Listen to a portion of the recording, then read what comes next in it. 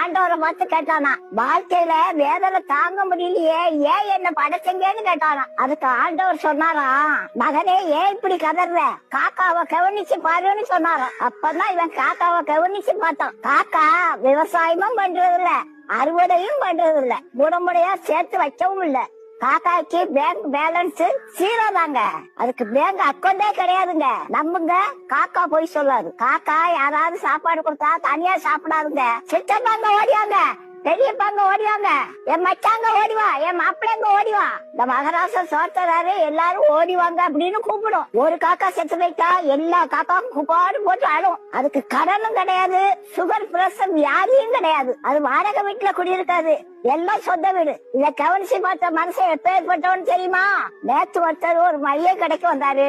கடைக்கு முன்னாதான் ஒரு 100 ரூபாய் கிடந்துச்சு. இப்படி சுத்தமுட்டும் பார்த்துட்டு ரூபாய கார்ல போட்டு மீச்சிட்டு இப்படியே நின்னுட்டாரு. அரை மணி நேரம் இப்படியே பாத்துக்கிட்டே இருந்தாரு. யாரும் பாக்கலன்னு உடனே எடுத்து பாக்கெட்ல வச்சுக்கிட்டாரு. யாரோ கடைக்கு வந்தவங்க விட்டுட்டு போன காசு தானே அது. இதுதான் மனுஷன். ஒரு தாய் வயிற்றுல பிறந்த அண்ணன் தம்பிங்க சொத்து பிரிக்கும் போது ஒரு வரப்ப விட்டு கொடுக்க அண்ணனுக்கு மனசு இல்ல, வெட்டு குத்து விழுதுங்க. அண்ணன் நாசமா போடணும்னு தம்பி சூனியம் வைக்கிறாங்க. கள்ள புருஷனுக்காக தான் புருஷனுக்கும் பிள்ளைகளுக்கும் விஷம் வச்சு கொள்ளுவாங்க. எந்த காக்காயாது புருஷனுக்கு பிள்ளைகளுக்கு விஷம் வச்சு கொள்ளுவா? பாத்தீங்களா காக்காய்க்கும் மனுஷனுக்குள்ள வித்தியாசத்தை? அதனாலதான் ஏசப்பா காக்கா பார்த்தாவது திருந்துங்கன்னு சொல்றாரு. காக்கா காலையில கண் முடிச்ச உடனே கர்த்தரை பார்த்து கர்த்தரே கர்த்தரேன்னு கத்தும். அதுதான் நமக்கு கான்னு கேக்குது.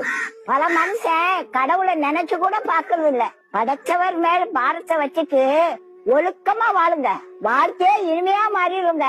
மனுஷன் வெள்ளையா இருக்கான், அவன் இருதயம் பாலும் கிணறுங்க. காக்கா கருப்புங்க, அது மனசு ரொம்ப வெள்ளைங்க.